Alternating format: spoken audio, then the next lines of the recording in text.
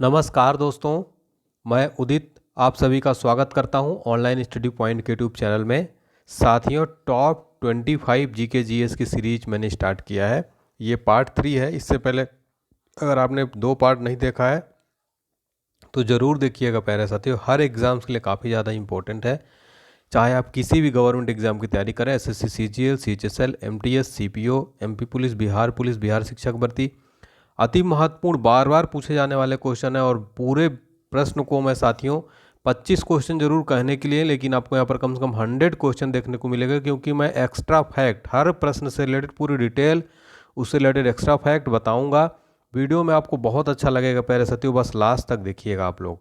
चलिए स्टार्ट करते हैं। क्वेश्चन नंबर पहला है, भारत में राष्ट्रीय आय का आकलन सबसे पहले किसने किया था?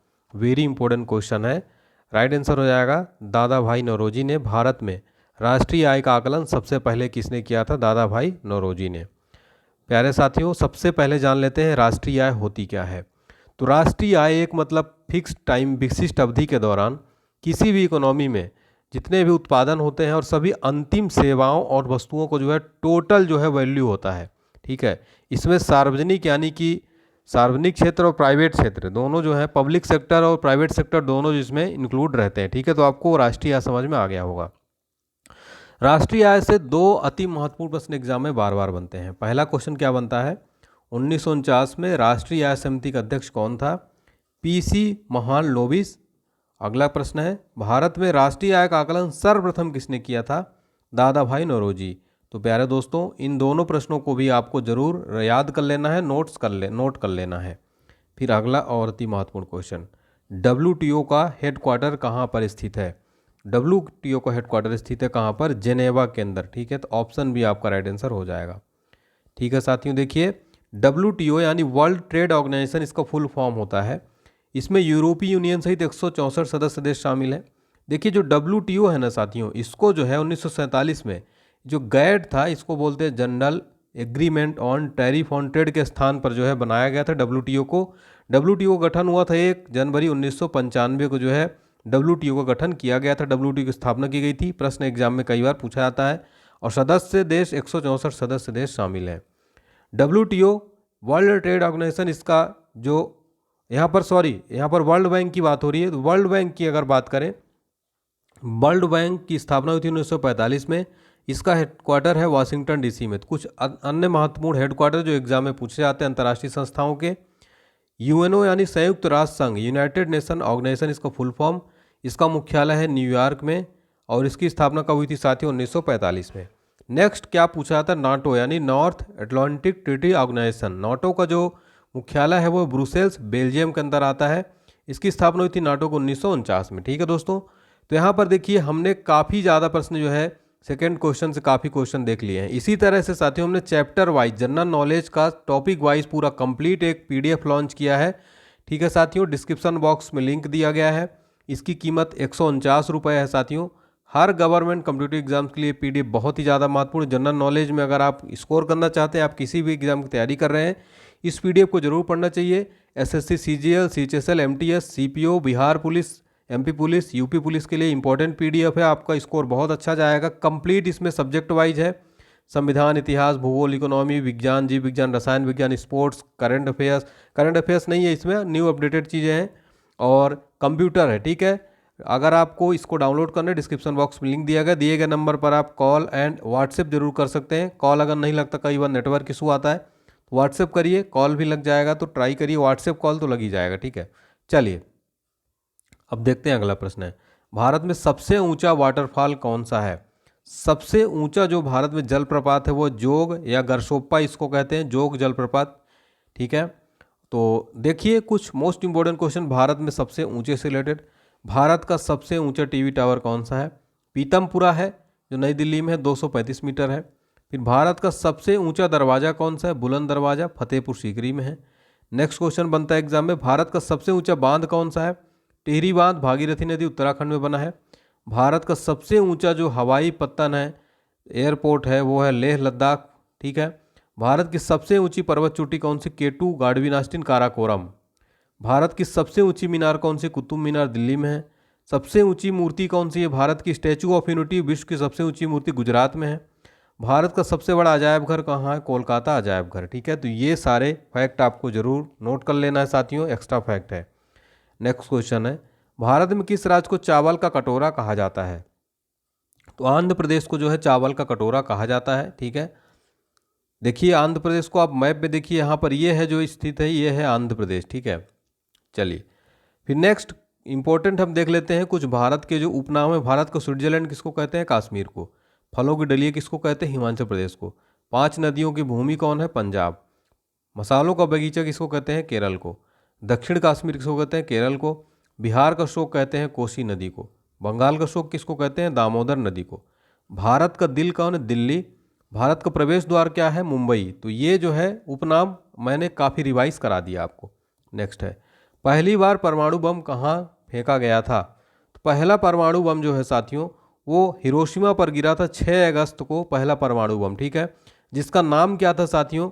तो जिसका नाम था लिटिल बॉय। जो हिरोशिमा पर जो गिराया था अमेरिका ने, लिटिल बॉय नाम था इसका। पूछ लेता है एग्जाम में कि जो पहला परमाणु बम गिरा था उसका नाम क्या था? Little boy. जबकि नागासाकी पर जो गिराया गया था उसका नाम था फैट मैन।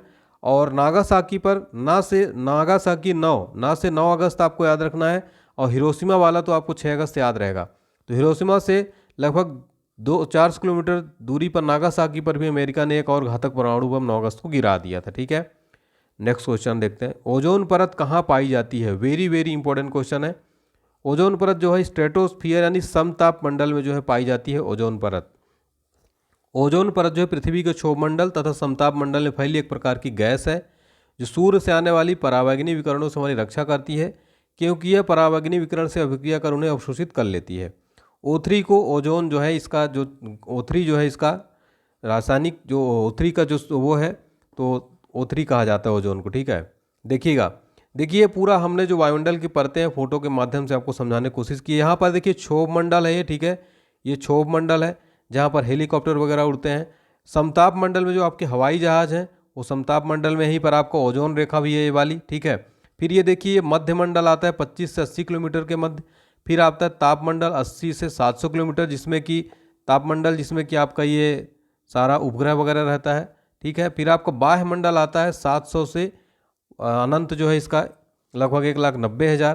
तो ये हमने पूरी आपकी 5 परतें वायुमंडल के फोटो के माध्यम से दिखा दिया है। ठीक है, देखिए क्षोभ मंडल जो है सबसे पहला, फिर समताप मंडल स्ट्रेटोस्फीयर, इसमें फाइटर जेट विमान को उड़ाने के लिए आदर्श स्थिति रहती है क्योंकि ये बादलों और मौसमों की घटनाओं से मुक्त रहता है। फिर मध्यमंडल आता है, फिर वायुमंडल, फिर बहिर्मंडल। ठीक है, तो हमने पूरा फोटो के माध्यम से आपको ये दिखा दिया है। चलिए, अगर पसंद आ रही हो क्लास तो प्लीज़ मोटिवेट करिए, ज़्यादा से ज़्यादा बच्चों को शेयर करिए साथियों, बहुत ही ज़्यादा मेहनत लगती है कंटेंट तैयार करने में। महात्मा गांधी के राजनीतिक गुरु कौन थे? तो राइट आंसर हो जाएगा गोपाल कृष्ण गोखले जो है महात्मा गांधी के राजनीतिक गुरु थे। कौन थे? गोपाल कृष्ण गोखले थे। ऑप्शन बी राइट आंसर हो जाएगा। ठीक है, तो गोखले राजनीतिक गुरु थे। ठीक है, तो स्वतंत्रता सेनानी और गांधी जी को देश के लिए लड़ने की प्रेरणा देने वाले गोपाल कृष्ण गोखले का जन्म 1866 में 9 मई को हुआ था। गोखले राष्ट्रपिता महात्मा गांधी जी गुरु थे। और गोखले जो हैं इन्होंने सर्वेंट्स ऑफ इंडिया सोसाइटी नामक संगठन की स्थापना की थी। तो ये भी कई बार एग्जाम में प्रश्न बनता है, सर्वेंट्स ऑफ इंडिया सोसाइटी की स्थापना किसने की थी? गोपाल कृष्ण गोखले ने। महात्मा गांधी से संबंधित कुछ हम इंपॉर्टेंट क्वेश्चन देख लेते हैं जो एग्जाम में बार बार जो है पूछे जाते हैं। ठीक है, चलिए महात्मा गांधी के जन्म दिवस किस तिथि को मनाया जाता है साथियों? तो 2 अक्टूबर को। गांधी जी को महात्मा की उपाधि किसने दी थी? रविन्द्रनाथ टैगोर ने। नेक्स्ट, गांधी जी ने दांडी यात्रा कहाँ से शुरू की थी? अहमदाबाद से। अगला प्रश्न, महात्मा गांधी का पूरा नाम क्या है? मोहनदास करमचंद गांधी। नेक्स्ट क्वेश्चन है, साबरमती आश्रम की स्थापना गांधी जी ने कहाँ की थी? अहमदाबाद में 1917 में। गांधी जी ने अपना राजनीतिक गुरु किसे मानते थे? गोपाल कृष्ण गोखले को। गांधी जी दक्षिण अफ्रीका से कब लौटे थे? 1915 में। गांधी जी के नाम से महात्मा कब जोड़ा गया? चंपारण सत्याग्रह के दौरान। नेक्स्ट है, यंग इंडिया पत्रिका की शुरुआत स्वतंत्रता संग्राम के दौरान किसने किया था? महात्मा गांधी जी ने। तिरंगे को राष्ट्रध्वज के रूप में कब स्वीकार किया गया? लाहौर अधिवेशन में। नमक सत्याग्रह किस सन में प्रारंभ हुआ था? 1930 में। तो साथियों हमने यहाँ पर महात्मा गांधी से रिलेटेड मोस्ट इंपॉर्टेंट क्वेश्चन जो है भी आपको यहाँ पर करा दिया हूँ। नेक्स्ट क्वेश्चन है, डेसिबल शब्द किससे संबंधित है? अति महत्वपूर्ण क्वेश्चन है। तो ये ध्वनि से संबंधित है। डेसिबल जो शब्द है ध्वनि से रिलेटेड है। कई बार एग्जाम में क्वेश्चन पूछा जाता है। देखिएगा, कुछ प्रमुख जो एसआई मात्रक हैं वो मैं आपको बता देता हूँ। लंबाई का मूल मात्रक क्या है? मीटर है। द्रव्यमान का मूल मात्रक है किलोग्राम, इसका संकेत किलोग्राम में लिखा जाता है। नेक्स्ट, समय का जो मूल मात्रक सेकंड है। आइंस्टीन ने अपने सापेक्षता के सिद्धांत में समय को चतुर्थ डायमेंशन के तौर पर प्रयुक्त किया था। विद्युत धारा का इसका मात्रक एम्पियर है, इसका प्रतीक जो होता है ए होता है। ताप का मूल मात्रक केल्विन है, इसका प्रतीक के है। ज्योति तीव्रता का मात्रक होता है कैंडेला। ठीक है, तो ये आप लोग पूरा एक्स्ट्रा फैक्ट जो है नोट करते चलिएगा, एग्जाम में बार बार पूछे जाते हैं। नेक्स्ट है, अंग महाजनपद की राजधानी कहाँ थी? मोस्ट इंपॉर्टेंट क्वेश्चन है। तो अंग महाजनपद की राजधानी थी ऑप्शन डी चंपा, यहाँ पर राइट आंसर हो जाएगा। अब कुछ प्रमुख राजवंश संस्थापक उनकी राजधानियाँ को स्क्रीनशॉट ले लीजिए, नोट कर लीजिएगा आप लोग। मैं इंपॉर्टेंट जो है बता देता हूँ। सबसे पहला मौर्य वंश की जो राजधानी है वो पाटलिपुत्र थी और संस्थापक कौन थे? चंद्रगुप्त मौर्य थे। ठीक है, फिर देखिए अगला जो मोस्ट इंपॉर्टेंट क्वेश्चन पूछा था, गुप्त वंश। गुप्त वंश की राजधानी थी क्या? पाटलिपुत्र थी। ठीक है, और देखिए ये गलत है, गुप्त वंश के संस्थापक यहाँ पर गलत है। ठीक है, आपको कमेंट सेक्शन में बताना गुप्त वंश के संस्थापक कौन थे। हर्यक वंश की राजधानी राजगिरी और पाटलिपुत्र थी, संस्थापक बिंबिसार था। ठीक है, नेक्स्ट है, साइलेंट वैली यानी कि शांत घाटी जो है यह किस राज्य में स्थित है? मोस्ट इंपॉर्टेंट क्वेश्चन बार बार पूछा गया है। केरल में स्थित है शांत घाटी। कहाँ पर? केरल के अंदर। शांत घाटी है क्या? ये देखिए यहाँ पर शांत घाटी जो है ये पलक्कड़ जिले के उत्तर पूर्वी छोर पर स्थित साइलेंट वैली अपनी जैव विविधता बायोडायवर्सिटी के लिए प्रसिद्ध है। उत्तर में नीलगिरी की पहाड़ियाँ और दक्षिण में फैले मैदान के बीच पसरी यह घाटी साइलेंट वैली के नाम से जानी जाती है। केरल के अंतिम बचे वर्षावनों में से इस स्थान को राष्ट्रीय उद्यान का दर्जा 1984 में भी मिला था। नेक्स्ट क्वेश्चन है, भारत का केंद्रीय औषध अनुसंधान संस्थान कहाँ स्थित है? मोस्ट इंपॉर्टेंट क्वेश्चन है। राइट आंसर हो जाएगा लखनऊ के अंदर केंद्रीय औषध अनुसंधान संस्थान स्थित है। कहाँ पर? लखनऊ में। ठीक है, तो कुछ महत्वपूर्ण हम अनुसंधान संस्थान देख लेते हैं जो मोस्ट इंपॉर्टेंट है। भारतीय कृषि अनुसंधान संस्थान ये कहाँ स्थित है? नई दिल्ली में। केंद्रीय गन्ना अनुसंधान संस्थान कहाँ स्थित है? कोयम्बटूर में। केंद्रीय शुष्क क्षेत्र अनुसंधान संस्थान कहाँ स्थित है? जोधपुर में। भारतीय मौसम विज्ञान संस्थान कहाँ स्थित है? नई दिल्ली में। ये सारे दोस्तों वेरी इंपॉर्टेंट है। नेक्स्ट है, मानव विकास सूचकांक किसने विकसित किया था? बताइएगा इसका राइट आंसर। मानव विकास सूचकांक जो है महबूब उल हक ने विकसित किया था, महबूब उल हक ने। ठीक है, नेक्स्ट है, कृषि उत्पादकों की कोटि किस प्रकार की निर्धारित की जाती है? इसको एक मार्क दिया जाता है। एक मार्क एक प्रकार का क्वालिटी का वो बताता है। ठीक है, कृषि उत्पादकों की जो क्वालिटी होती है उसको बताता है एक मार्क। नेक्स्ट है, इंसुलिन का आविष्कार किसने किया था? तो एफ बैटिंग ने जो है इंसुलिन का आविष्कार किया था। ठीक है, नेक्स्ट क्वेश्चन है, अमेरिका की खोज किसने की थी? अमेरिका की खोज की थी किसने साथियों? कोलंबस जो है एक नाम का व्यक्ति अमेरिका की खोज किया था। ठीक है, तो ऑस्ट्रेलिया की खोज किसने की थी? तस्मान ने की थी 1642 में। न्यूजीलैंड की खोज भी तस्मान ने की थी 1642 में। और अंटार्कटिका की खोज की थी नाथेनियल पाल्मेर। ठीक है, तो अन्य कुछ याद रखिएगा। भारत की खोज किसने की थी? वास्को डी गामा ने। लेकिन ये वास्को डी गामा भारत की खोज क्या करेगा? भारत तो अपना सदियों पुराना, लाखों सदियों पुराना जो है अपना भारत है। ठीक है, अखंड भारत था। ठीक है, चलिए नेक्स्ट है, नासिक किस नदी के किनारे स्थित है? ठीक है, नासिक किस नदी के किनारे स्थित है? गोदावरी यहाँ पर राइट आंसर हो जाएगा। ठीक है साथियों, गोदावरी। नेक्स्ट है, भारत सेवक समाज की स्थापना किसने की थी? वेरी इंपॉर्टेंट क्वेश्चन है।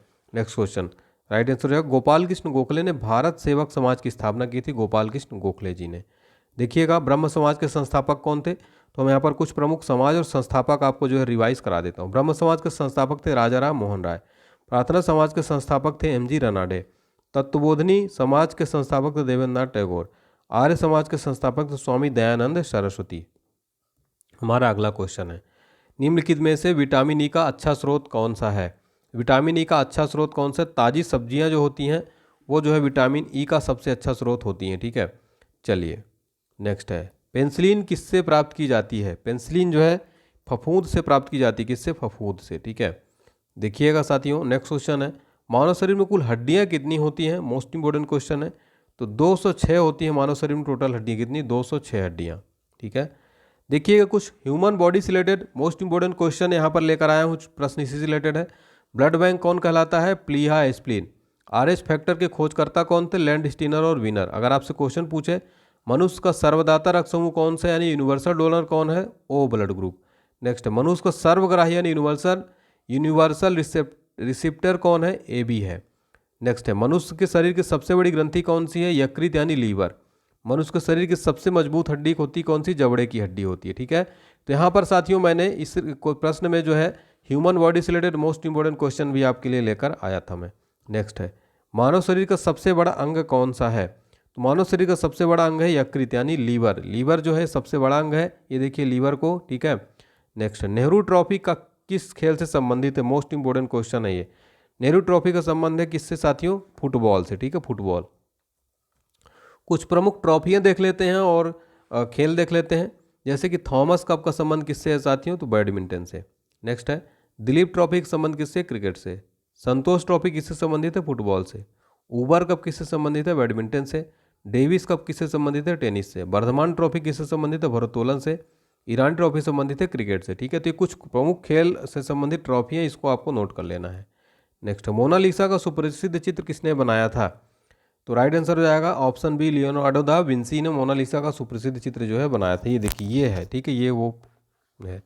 नेक्स्ट है वह प्रथम महिला कौन थी जिसने 7 प्रमुख सागर तैरकर पार किए? तो राइट आंसर हो जाएगा बुला चौधरी जो है पहली महिला थी जिन्होंने 7 प्रमुख सागर तैरकर पार किए हैं, बुला चौधरी। नेक्स्ट है भारत का प्रथम मुख्य चुनाव आयुक्त कौन थे? राइट आंसर हो जाएगा जो है भारत के प्रथम मुख्य चुनाव आयुक्त थे सुकुमार सेन, ठीक है। ऑप्शन बी यहाँ पर राइट आंसर हो जाएगा। क्या राइट आंसर हो जाएगा? सुकुमार सेन। जीवी मावलंकर जो थे भारत के पहले लोकसभा के अध्यक्ष थे, ठीक है। चलिए, तो ये थे साथियों भारत के प्रथम पहले मुख्य चुनाव आयुक्त और हमारे मोस्ट इंपोर्टेंट 25 प्रश्न। अगर आपको क्लास अच्छी लगी हो तो ज़्यादा से ज़्यादा लाइक करिए, चैनल को सब्सक्राइब करिए, वीडियो को ज़्यादा से ज़्यादा शेयर करिए साथियों। हर एग्ज़ाम्स के लिए काफ़ी महत्वपूर्ण है, काफ़ी मेहनत लगती है, प्लीज़ मोटिवेट करिए, कमेंट सेक्शन में बताइए। और हमारी जो PDF सामान्य अध्ययन की उसको जरूर परचेज़ करिए आप लोग। उससे रिलेटेड अगर आप कुछ क्वेरी तो व्हाट्सएप पर मैसेज कर सकते हैं। हर एग्जाम के लिए काफ़ी महत्वपूर्ण PDF है, चैप्टर वाइज है।